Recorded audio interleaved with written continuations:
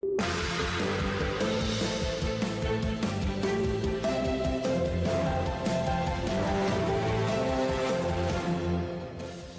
morning, I'm Joe Fryer. And I'm Savannah Sellers. Right now on Morning News Now, unrelenting heat around the U.S. and in Europe. This morning, heat alerts for nearly 100 million Americans and more than 40 million expected to see highs of more than 100 degrees. People are being asked to conserve energy as records fall and temperatures show no signs of cooling down. And in the UK, for the first time ever, it reached 104 degrees, with fires breaking out throughout London. We'll show you the impact of all this heat and where it's all moving. Finding the texts, the National Archives now calling for an investigation into a series of text messages from Secret Service agents in the days around the Capitol insurrection, now deleted. The information the January 6th committee is looking for. Breaking barriers, turning a love of the game into a career. A basketball executive climbing her way to the top, making a name for herself in a male-dominated industry. How she found a seat at the table and her message for women starting out in their careers. Plus, stealing the show, one of the newest TikTok sensations is a bird named Emmanuel. We'll introduce you to this emu and his family, racking up millions of views with their antics. And we even got a little special recorded just for us. Oh, wow. Emmanuel. You said the exclusive. Yeah, exactly. That's in the script, Joe. All right. Oh, okay. Sorry. We'll bring you that story later. It's a fun one. We, though, begin with that dangerous heat wave gripping the U.S. that many of you at home are probably feeling. Yeah, this morning, tens of millions of Americans are waking up to another scorcher with heat alerts in several states from California to the Northeast. Yesterday alone, nearly 200 million people felt highs above 90 degrees. And 40 million people saw triple digits, and even more people are expected to feel that extreme heat today. In Texas, record heat and tinder dry conditions are fueling wildfires across the state, and the demand on air conditioners is pushing the state's power grid to its limits. Overseas, the heat is taking a tragic toll, with Spain and Portugal reporting more than 1,000 heat-related deaths and over 24 fires, with temperatures topping 114 degrees. Climate experts say this is just the start. Certainly something what the UK has never seen before, but unfortunately I think going forward we may well see this type of heat across the UK more and more common. We have team coverage of this historic heat wave with NBC News meteorologist Michelle Grossman and reaction from Washington with White House correspondent Carol Lee. But we're going to begin with NBC New York reporter Romney Smith. She is live outside a New York City pool in Brooklyn. Romney, good morning to you. I am sure that pool will be full of people because a heat advisory is in effect for New York today. So what can we expect today, and how is the city preparing for this dangerous heat? Good morning, Joe. You are absolutely right. This center opened up at about 6 o'clock this morning, and there was a line to get inside just so people could cool off. But the pool here doesn't actually open until 11 a.m. But you are right. We do expect to see a lot of people stopping by to take a dip in order to stay cool. The temperatures across New York City should be around 95 degrees with a feels-like temperature of 100 degrees. Over in Newark, New Jersey, going to be about 99 degrees. So if you're one of the few people who stays inside all day, consider yourself lucky. The city of New York is taking action steps to make sure the most people have coverage, and that includes making sure that all public pools are open extra late today and tomorrow. So instead of closing at 6, they'll be open until 8 o'clock tonight, just to make sure you can get off of work and take a dip if you need, bring the kids by the pool to have a nice splash. And then also cooling centers in all 5 boroughs also open just so people can go by and escape the heat, especially if your AC unit happens to be broken. Prayers out to you if that's the case. But you know what? There is a place for you. And senior centers also. There are special centers cooling just for people who are 60 and older, so they don't have to deal with young people if they don't want to. So the city is doing its part to try to make sure everyone stays cool in this sweltering heat. And it's so important, Romney. A lot of folks may not realize this, but the National Weather Service says heat actually kills more Americans annually than any other type of weather event. So not just in New York, but beyond that, what all can we do to try and keep cool and beat the heat? All right, so I feel like I'm kind of an expert at this. I am from the deep south in Georgia, even though I live in New York City now. There are 4 main things I can tell you.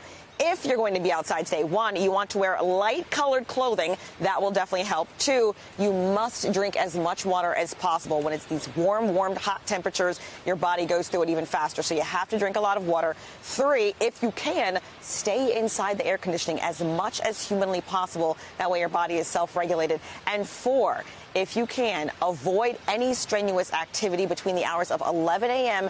and 4 p.m. The reason why is because those are peak sun hours. It is very hot. So if you're used to taking an afternoon jog at 1 o'clock, just be alert that you might sweat more than usual, you will use more water than usual, and you don't want to collapse or get heat exhaustion. So between 11 and 4, try not to do anything strenuous outside specifically. There are many steps you can take. My number one piece of advice, though, to drink all the water you can to stay hydrated with this warm weather. Joe. Always good advice. Romney Smith, your Southern expertise is coming through right here. Thanks for joining us this morning. We appreciate it. And over in the UK yesterday, London's firefighters dealt with their busiest day since the Second World War. Record temperatures sparked a series of fires across the capital's suburbs, while other parts of the country also suffered major incidents. NBC News foreign correspondent Megan Fitzgerald has this report from the ground. Good morning. It has been a busy 48 hours for the London Fire Brigade, who worked into the night trying to extinguish fires popping up all throughout London. We know so far more than 40 structures has burned, including several behind me here, homes in a residential area that went alight in the afternoon on Tuesday, taking firefighters hours to extinguish. We know 100 responded to the scene there.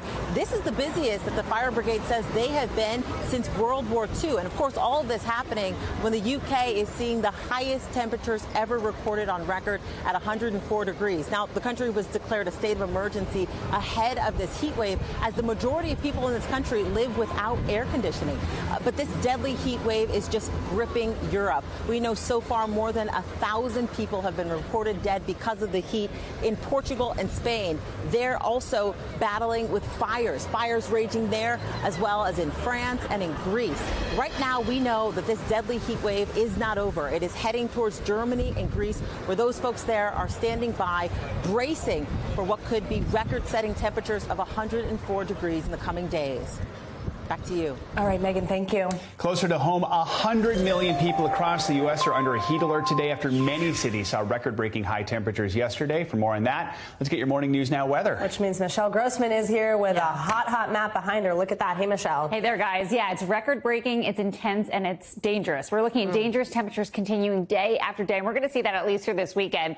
So this is what we saw yesterday in terms of record highs. We saw lots of records being broken. We've seen this on a daily basis. We're going to see it once again today. So Amarillo today, 108. 115 was the record in Wichita Falls. That's the air temperature, not the heat index. So it felt warmer than that. 110, that was a record-breaking temperature in Abilene. As we go throughout the day, we're going to see temperatures climbing into the triple digits, the 90s once again. So we're looking at millions of people seeing temperatures in the 90s. We're looking at 219 million highs today. That's what's expected. And as we go throughout the afternoon, we're going to see 44 million highs above 100 degrees. So widespread triple digits.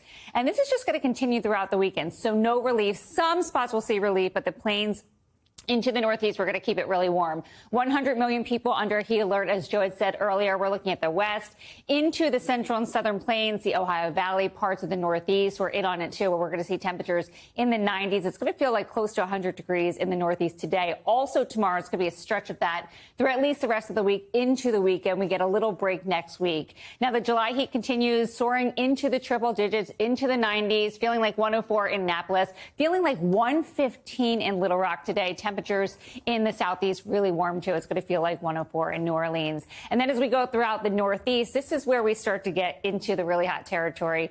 We're looking at New York City, 97. That's going to be a heat index. Feeling like 99 in D.C., feeling like 96 in Roanoke. So the heat index is really important because that's what it feels like on your body. And that's sort of what you need to dress for, light, loose layers, stay hydrated, and stay indoors if you can. Then tomorrow, we're going to keep that heat in place. It's going to feel like 105 in Philadelphia. The heat index in D.C., 102. Same story as we head down to the central and southern plains. But notice in Dallas, we're finally under that triple digit mark. I mean, 99, that's not much of a difference, but still, it feels good to be able to say that. I know. Such relief there, but it does feel good. It's 103. But it's not 109, so that's the good news. Yeah, we're a little bit better. European heat does continue, but I wanted to mention that we did break a record there, an all-time record. But look at London today. Look at Paris. There's a relief there. Temperatures in the 70s, the 80s. No such luck for Madrid. We're looking at temperatures in the triple digits, and also in Rome, temperatures near 100 degrees tomorrow. Now, we have a lot of heat. We have a lot of humidity. We have a cold front, too. That's going to be the trigger for some severe weather later on this afternoon. That will be in the Ohio Valley, where we're looking at the chance for some really strong storms. Winds gusting up to 60 miles per hour, some hail as well. Could see a tornado, and this severe risk is from Kentucky to Ohio. That cold front moves to the east tomorrow, so then New England, parts of the southeast, we're going to see some really strong storms. Likeliest chance from Michigan all the way to Kentucky today. Wow. Hot weather, strong storms. Across the world. Ugh, across the world. It's just, and it's on and on and on. And I think that's what's really hard on people's, it's personally, it's financially, emotionally, physically, all of it. It's good to see a little bit of a break in the UK, where I know they're struggling. All right, Michelle, thanks. We'll see you next hour. Sure. Thank you. All right, as we just talked about Texas, well, the record-breaking heat that's gripping much of the country is taking a toll on the Texas power grid. Customers are being asked to cut back on energy use to prevent rolling blackouts. NBC News Now correspondent Isa Gutierrez shows us the concerns. Honestly, I don't remember a summer ever this hot. Rudy Garza is the interim president and CEO of San Antonio's electric utility, CPS Energy. This summer, he has a lot more on his plate than just staying cool. What's the thing that you're most worried about with all of this? Well, my job is to keep the lights on. And if we get in a situation where we're having to roll outages across the community, that's what keeps me up at night. As Texas sees record-breaking high temperatures across multiple areas, this summer there's renewed concern about the vulnerability of the state's power grid system. They're working very hard to restore full power, but at this point there is no definitive timetable. With some getting flashbacks to the deadly cold wave in 2021. That collapsed the electric grid and resulted in at least 246 deaths, most from exposure to the sometimes sub-zero temperatures. Garza has seen the challenges today firsthand. I think the grid is managing about as well as our community can expect, because these hot temperatures just make it real difficult. Last week alone, the Electric Reliability Council of Texas, or ERCOT, asked Texans twice to cut back on energy use during peak hours to avoid blackouts. They say their first effort last Monday was a success, with customers cutting back on nearly 500 megawatts, enough to power about 17,000 homes for a day. But some experts say outdated power grids in Texas and across the country are under a real threat as extreme weather becomes more common with climate change. The biggest challenge to our grid is that it was built for a climate of the past. And now that grid is aging. It's being pounded by floods, high winds, hotter temperatures. Since 2000, extreme weather has caused 67% more major power outages in the U.S., according to a 2020 analysis by research group Climate Central. President Biden's infrastructure bill is taking steps to address this problem, allocating $65 billion to upgrading the electrical grid. We can design an electric system that is more resilient and more reliable in the face of climate change. But the longer we wait to do that, the more expensive and the more difficult it will become. Some solutions that exist today include what's called hardening the grid, which can involve burying overhead transmission lines underground. Another solution, a grid that relies more on renewable energy. Texas now leading that change, building the most new renewable energy projects last year, according to a report by the American Clean Power Association, a renewable energy trade group. But for now, it really is an hour-to-hour, day-to-day experience right now to ensure that we're doing what we need to do to keep our power flowing. If customers think that their actions don't matter, they matter, especially in this level of extreme heat. Our thanks to Isa Gutierrez for that report. ERCOT thanked its customers in a statement, adding that many residents did follow the call to preserve energy, and that temporarily helped relieve the power grid. Now, this extreme heat is pushing climate change into the political spotlight again. Well, today, President Biden is expected to announce new executive actions on this that should support communities facing extreme heat. NBC News White House correspondent Carol Lee joins us now. Hey, Carol, good morning. So the president is traveling to Massachusetts today to make this announcement. He'll be visiting a former coal power plant that will soon make parts instead for the offshore wind industry. What do we expect to hear from the president today? What are these executive actions? Well, I think the context here is important, Savannah, because what's happened is that the president's doing this only because his climate agenda in Congress has collapsed in recent days. So he is not going to get the legislation that he wants. And what you're hearing from the White House is that if Congress won't act, the president will. So here we have these executive orders, and there's a few things that they do. One is they're supposed to boost offshore wind in the offshore wind industry. So that's something that the president has been a proponent of, that his supporters like, and so he's going to take steps on that. Then there's funding for this FEMA program for building resilient infrastructure in communities. And basically that's aimed at helping people deal with this extreme heat. And third, there's this guidance that's designed to help support a program with the Health and Human Services Department for low-income energy assistance program. Again, also designed to help people who are dealing with this extreme heat. And the backdrop of this is that the White House is just forced to take some sort of action. And what's interesting about it is you saw the president in Saudi Arabia last week trying to get more oil pumped for Americans to deal with those gas prices. And the tension there is that he also, on the other side of that, has a lot of his supporters who say, look, we want climate change measures. And so the president's trying to step into that. And this extreme heat gives him a reason to try to do that. Absolutely. And some progressives are actually also urging the president to declare a national climate emergency, particularly because his environmental agenda has basically died in the Senate. That move would allow him to direct federal money to climate efforts without congressional approval. Is this something the president is considering at all, or is he still focused on trying to get a bill through Congress? It's a little bit of both. I think what you're seeing here is a White House that's saying, hey, we could do this and we will do this, and we're willing to declare a national emergency, which would allow the administration to move funding around to funnel it toward the president's climate priorities. And what they're saying is we could do that, but if Congress, namely Senator Joe Manchin, the Democrat of West Virginia, is willing to cut a deal, then maybe we won't do that. And so they're still holding out hope that there could be something that's maybe small, a lot smaller than the president had hoped, while also saying, but we have this other option here and we're willing to take that step. They are saying, Savannah, that they're not going to declare a national emergency on climate this week, so holding out the option of doing that in the future. But administration officials that I've talked to said this is actually very serious and they could wind up taking this step. All right, Carol Lee, we'll be watching. Thank you so much.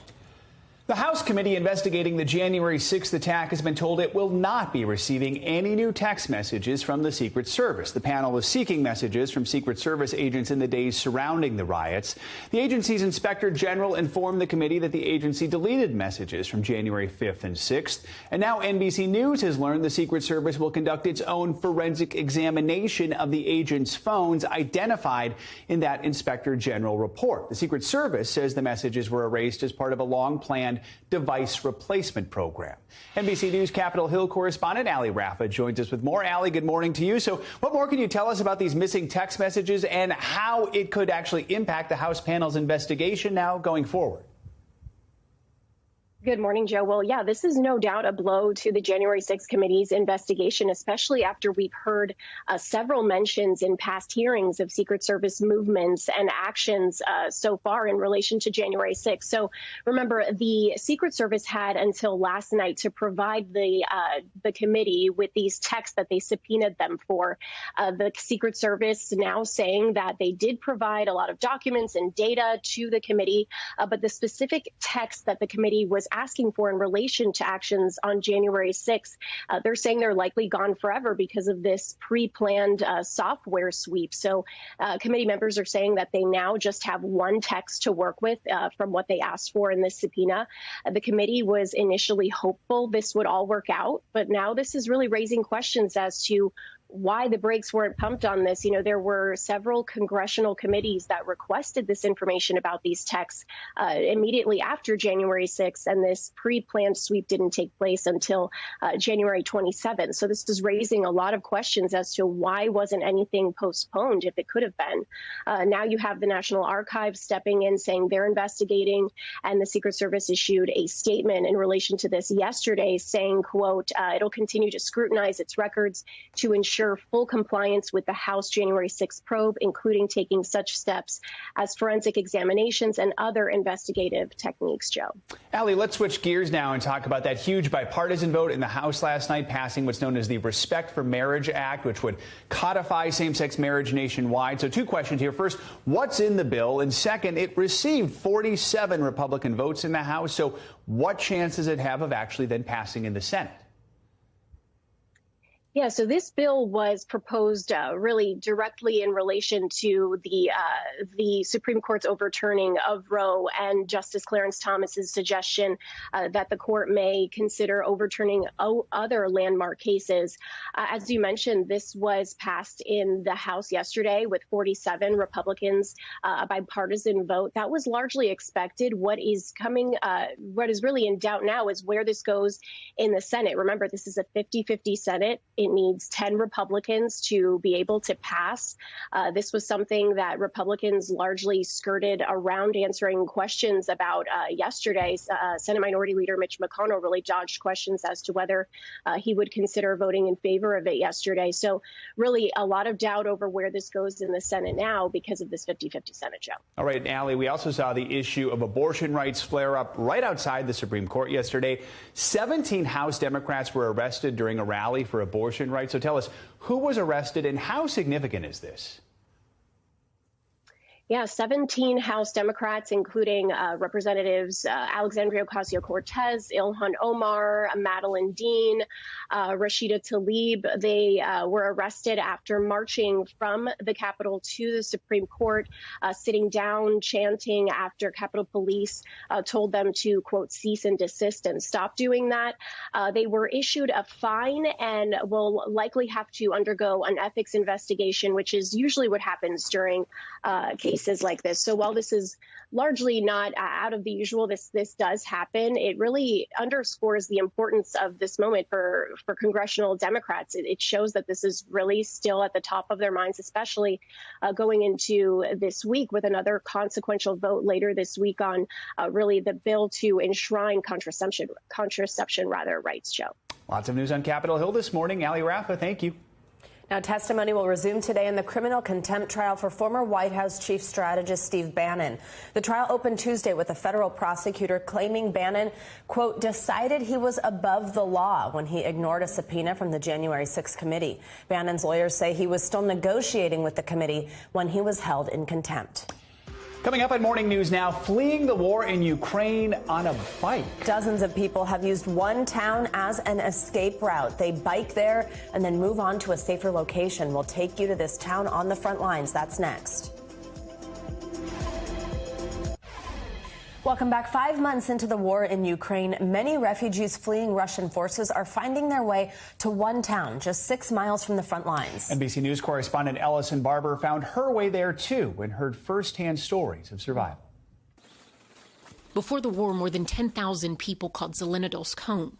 Locals say less than 2,000 live here now. It's a ghost town and an escape route that our team wanted to see firsthand. When you're walking in Zelenodolsk, you hear every now and again what sounds like thunder, rolling thunder, but it's not thunder at all. It is the sound of war, artillery going off not far from here. Do you feel scared hearing that, living here? I think we survived through more horrible things. Zelenodolsk is roughly 6 miles from the southern front line. Mykola is from a village now occupied by Russian forces. So is Vladimir. They, like many others, came to Zelenodolsk out of necessity. At first, I was going fishing, or I should say I was trying to go, till the moment when the shelling of the riverbank started. Life here is hard, but it's safer than where they were. When Russians came, they put white stripes on us, on our hands and legs. He tells us soldiers threatened to shoot anyone walking around without that white tape, and sometimes it didn't make a difference at all. There was a headquarters, an ammunition warehouse, and a school. They didn't let anyone come even 100 meters to the school. A young boy came closer. He wasn't even 30 years old. A sniper shot him dead. Russian forces now control most of the Kherson region. Villagers we spoke to claim Russian soldiers no longer allow cars to leave. My wife said, well, they will shoot you anyway, so let's get out of here. Vladimir and his wife decided to bike. They pedaled across uneven terrain until they finally reached a town controlled by Ukrainian forces, Zelenodolsk. I'm just happy that I stayed alive. Thousands of people reportedly fled Kherson the same way. Most leave their bikes and try to move far away from the front lines. There are hundreds of bikes in a shed here. Locals say all of them were ridden by Ukrainians fleeing Russian occupation. On a lot of these bikes, you'll notice people have tied white rags to them. There's two on the back of this child seat. They are a symbol people hope that Russian forces will see and know that they're not a threat and allow them to get to safety.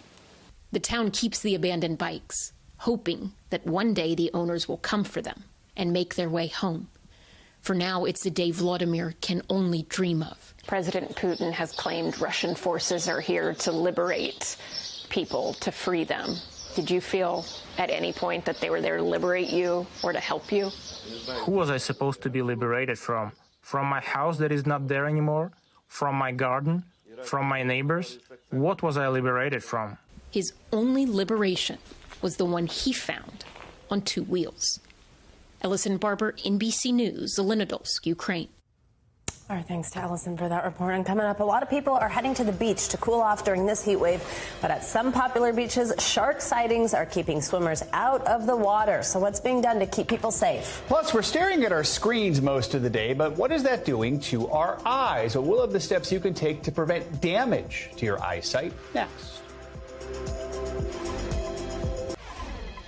Several of New York City's most popular beaches are back open for swimming this morning after a string of shark sightings forced them to shut down yesterday. It's the latest in a series of closures along the eastern seaboard and comes after an alarming number of shark attacks. NBC News correspondent Emily Aketa joins us now with more on the closures and the concern from the beach. Hey, Emily, good morning.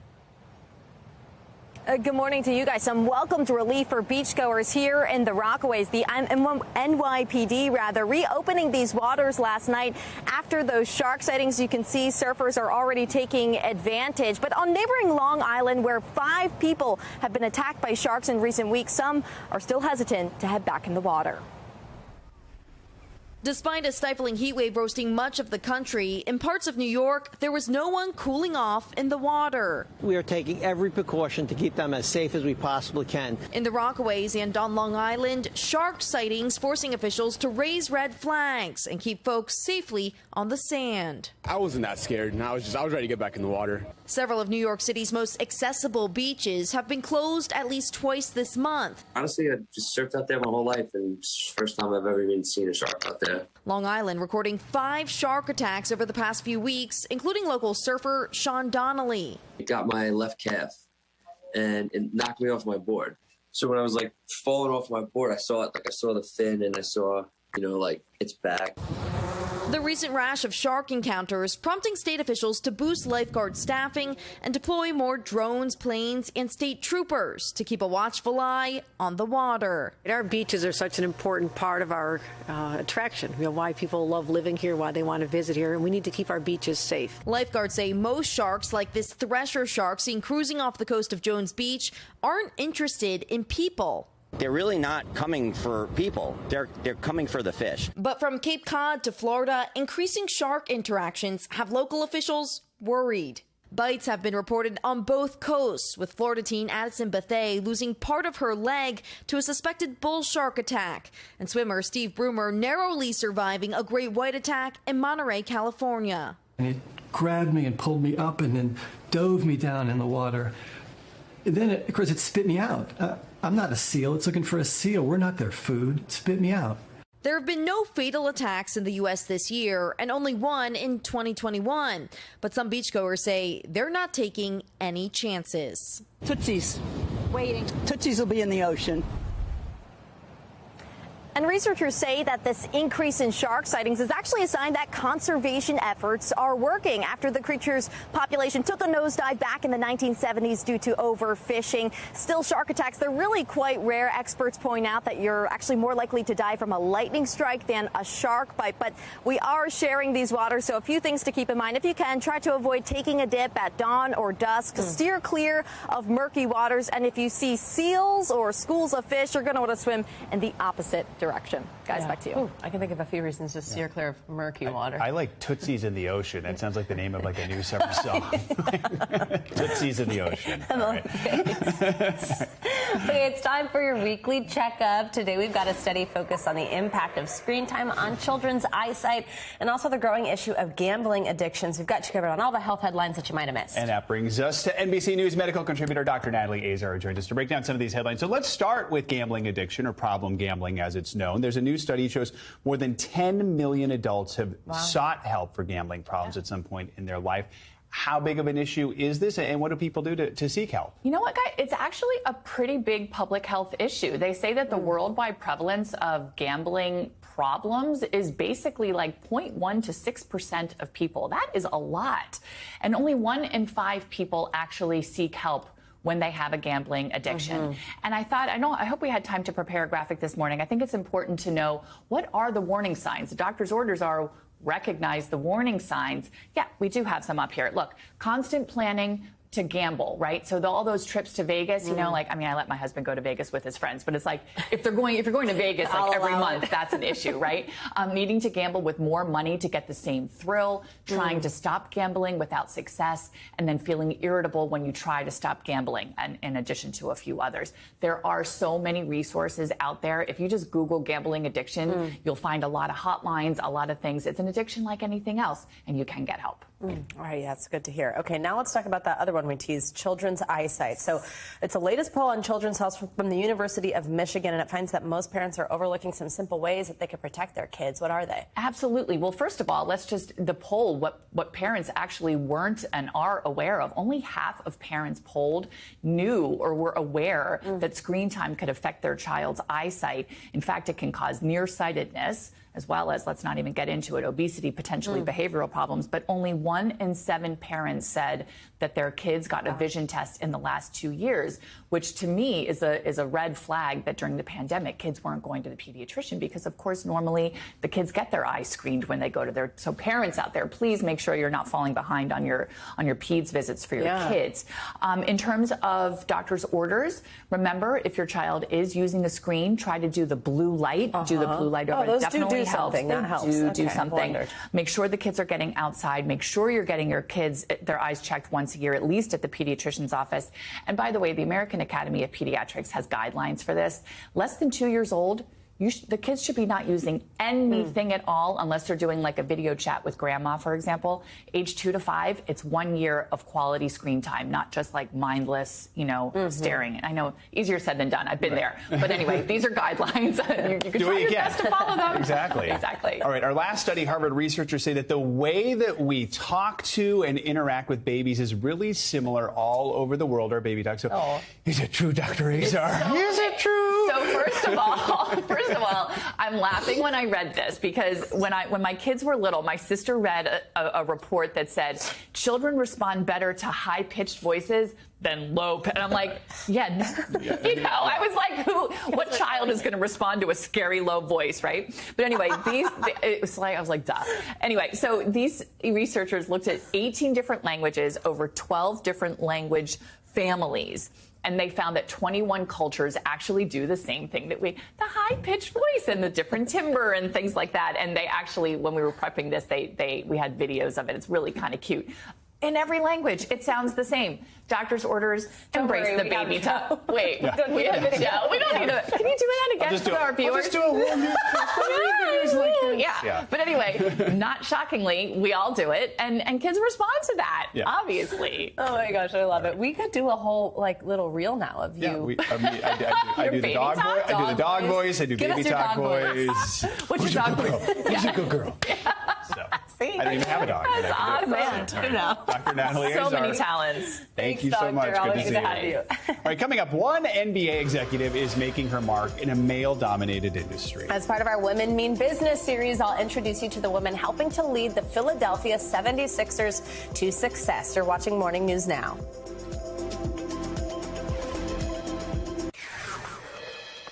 We are back with the latest edition of our series, Women Mean Business. And our fun new little animation there. Today we're going to introduce you to Lara Price, Chief Operating Officer of the Philadelphia 76ers. First, here's some of her story. Lara Price grew up playing soccer and basketball in Boulder, Colorado, but it was her love of basketball that led her to her life's passion. After playing for Colorado State University, Price soon landed a job back on the hardwood, not as a player, but on the business side of the sport, serving as Director of Team Services for the Continental Basketball Association. But Price knew she wanted to pursue a career with the NBA, and it didn't take long before she scored a position in the league's office. In 1996, she joined the Philadelphia 76ers as Director of Marketing, and in just 2 years, Price had become one of the first female vice presidents in the NBA. Now, Price serves as the Sixers' Chief Operating Officer, using her winning record of leadership, business savvy, and dedication. She's breaking barriers as one of the longest tenured female executives in basketball. Lara Price is a woman who means business. And Lara Price joins me now. Lara, good morning. Thanks so much for your time today. So I mentioned you grew up in Colorado playing sports. First of all, I went to University of Colorado Boulder, go Buffs, so I love that. Wow. But I love that you were passionate about basketball. You played it and you turned it into a profession. Talk about how you were able to do that. Take what you loved and make it your job. Absolutely. Thanks again for having me on the show. You know, growing up, loving sports, it was always something that I wanted to do. My dad encouraged it, and I had a lot of coaches along the way. So, you know, I just kept my eye on the prize and kept asking people, like, how do I get a job in sports? How do I get a job in sports? And, you know, using networking, I was able to land that first job at the Continental Basketball Association. And then from there, you know, I knew I wanted to be at the NBA, as you had said in the story. And I just, you know, again, used my networking capabilities and, you know, picked up and moved from Colorado, had never been to New York, and did not know anybody there, but had, you know, it was a passion I had. And that was like something that I wanted to pursue for my whole life. I moved from Boulder to New York also right after college, which was such a fun time to arrive in this city, especially doing something you love. Of course, Absolutely. Sports is a male-dominated industry. I mean, back when you started out, maybe even now, have you found that you have to work that much harder to get a seat at the table? You know, back when I first started, you're right, there weren't a lot of women to look up to, you know, especially in the CBA.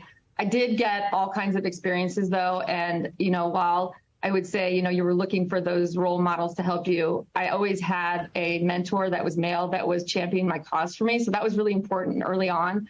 And I just made sure that I tried to learn everything that I could, because then that helped me eventually get that seat at the table, you know. And then when I got to the NBA League office, my boss was actually female. And then, you know, Susan O'Malley was a CEO and a woman that I actually could look up to. Val Ackerman was a high attorney in the league office. So I had a couple of females that I could look at that were, you know, one of the few women in the room. So they did exist, but I still say today, you know, there's a lot of women in our business, a lot of women in our company, but, you know, there's definitely opportunity to improve. Yeah, and I know actually the Sixers specifically are breaking barriers as an organization within sports when it comes to hiring women in high-level positions. Tell me about this, and also tell me the importance to you personally about sort of, you know, grabbing other women below you and bringing them up with you. Absolutely. Yeah, I'm really proud of where we are today at Harris Blitzer Sports and Entertainment and Sixers.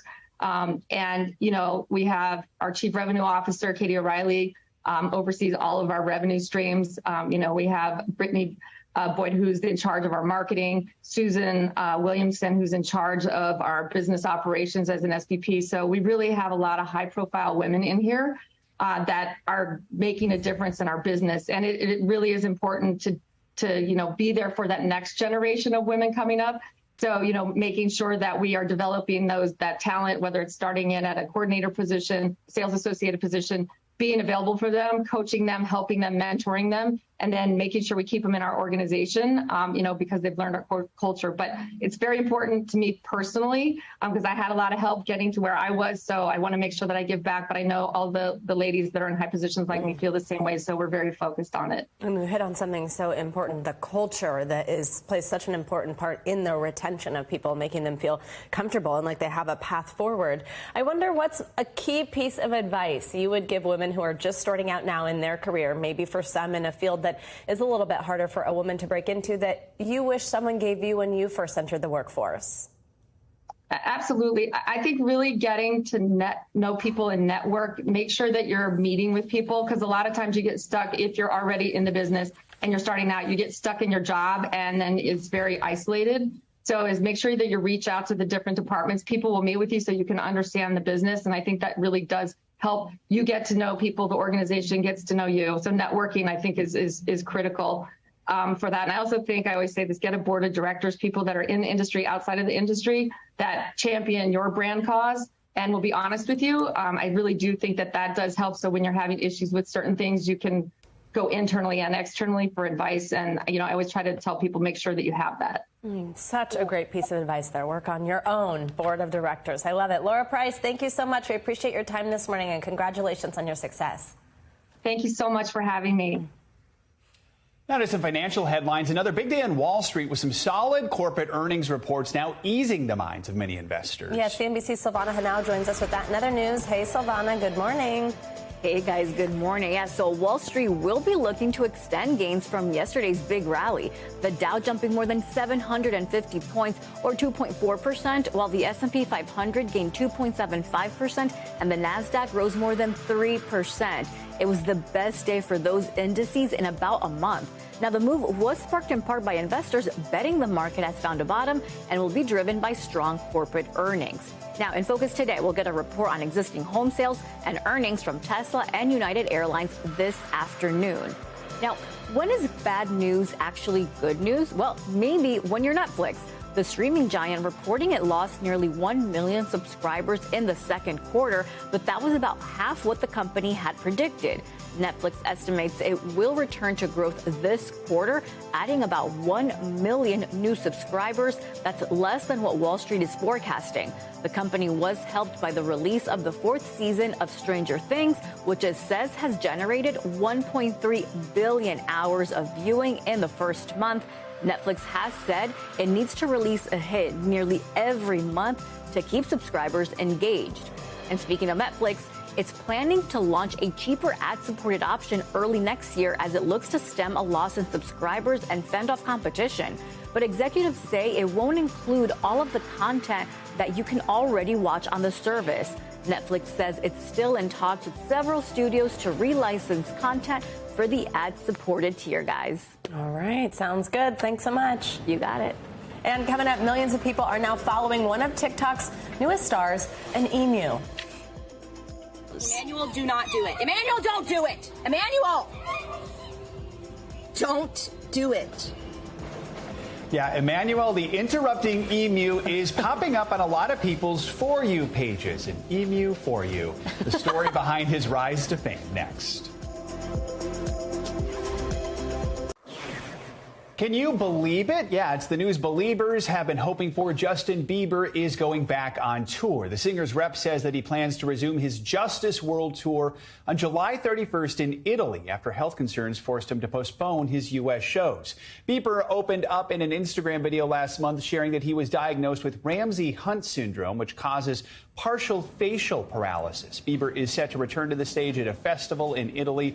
We are still waiting to hear if or when his U.S. dates will be rescheduled. Good to see him get back to it. Yeah, some of those U.S. states include these parts. Yes. I was looking forward to it, so I'm excited. All right. I'm well, a hopefully he believer does. myself. All right, very good. All right. Whether you are looking for a great restaurant nearby, planning a vacation, or just looking up a fact to settle an argument, usually that means making a quick Google search. However, Generation Z is actually finding new ways to search for information. Yeah, according to data shared actually by one of Google's own senior vice presidents, 40% of people ages 18 to 24 are gravitating to social media platforms Like what else? TikTok for all their searching needs. NBC News youth and internet culture reporter Callan Rosenblatt joins us now to explain. Callan, good morning to you. So why is it younger generations are drawn to TikTok as a search engine, and what are they getting from that platform that they aren't getting from a traditional search engine?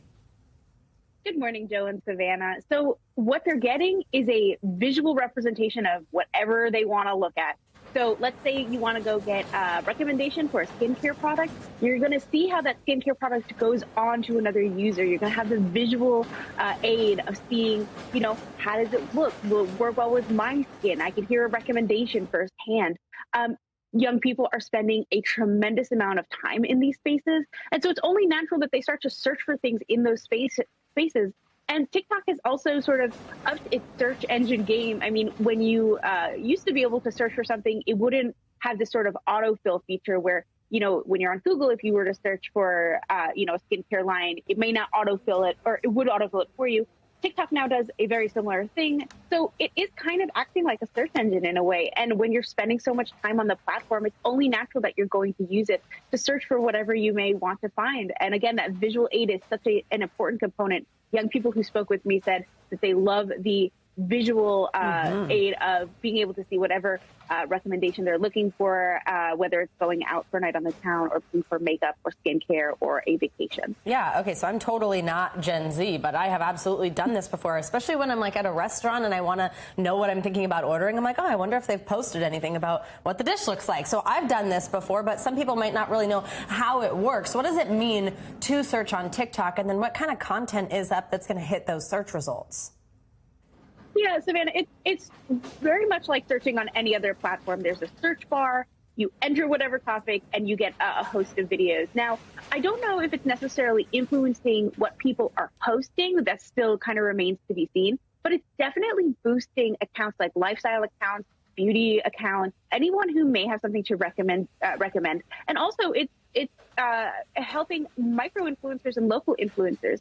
I spoke with someone who lives in Palm Beach, Florida, and they said, if I want to go out in Palm Beach, I'm going to be looking for influencers in this area who make content about where's the best restaurant to go, what's the best beach to go to. So it's helping those micro-influencers and hyper-local influencers also get their name out there as well. Very quickly, Callan, is Google surprised by this at all?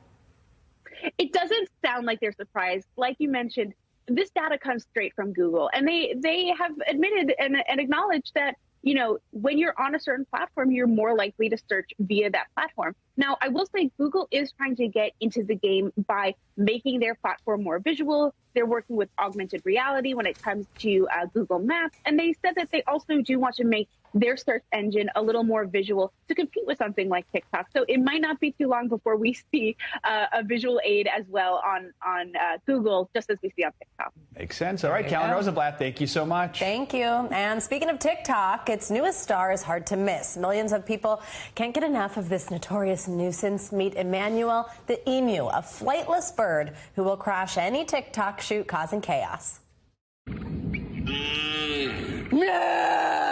Taylor Blake joined TikTok because she thought the world might enjoy her family's farm animals. What is so normal to you is so absolutely mind-blowing to so many people.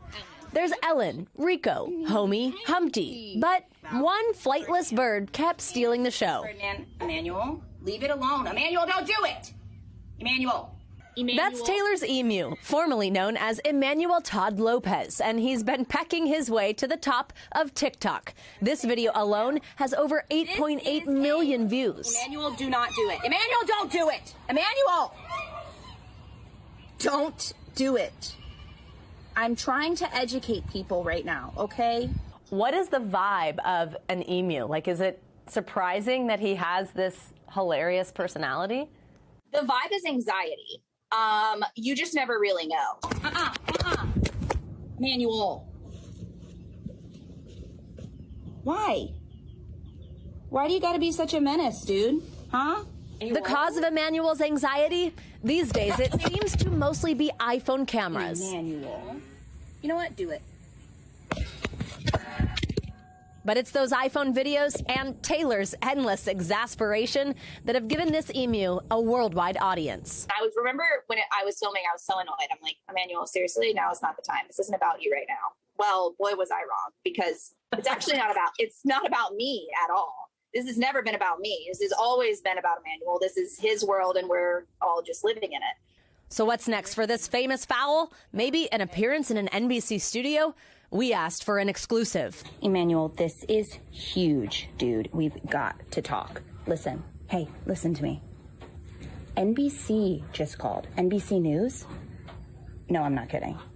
They want to give you your very own show. And they want to know when you can fly to New York. I didn't even think about that. He can't fly. He's a flightless bird. We should have thought this through. How cool is it to get to share your family's farm and these animals that, despite all the jokes, you obviously love and care so much about? I think that this is exactly what everybody needed, including me. I've always, just wanted to create content that genuinely brought joy to people, and I feel like I'm doing that, and I genuinely I feel like I'm living my dream, and it's just been a really, really humbling experience. Come on, buddy. Despite the fame, this is one big bird with a big heart. Can I have a hug? Can I have a little hug? Thank you, buddy. In many of her videos, she does call Emmanuel one of her best friends, and she'll hold his little wing. It's very cute. Emmanuel's just like us. Just needs a little attention, little hug. Yeah, she said he hates phone screens and buttons. He starts eating. It's very, everybody's got their thing. To each their own. That does it for this hour of Morning News Now. But the news continues right now. Thanks for watching our YouTube channel. Follow today's top stories and breaking news by downloading the NBC News app.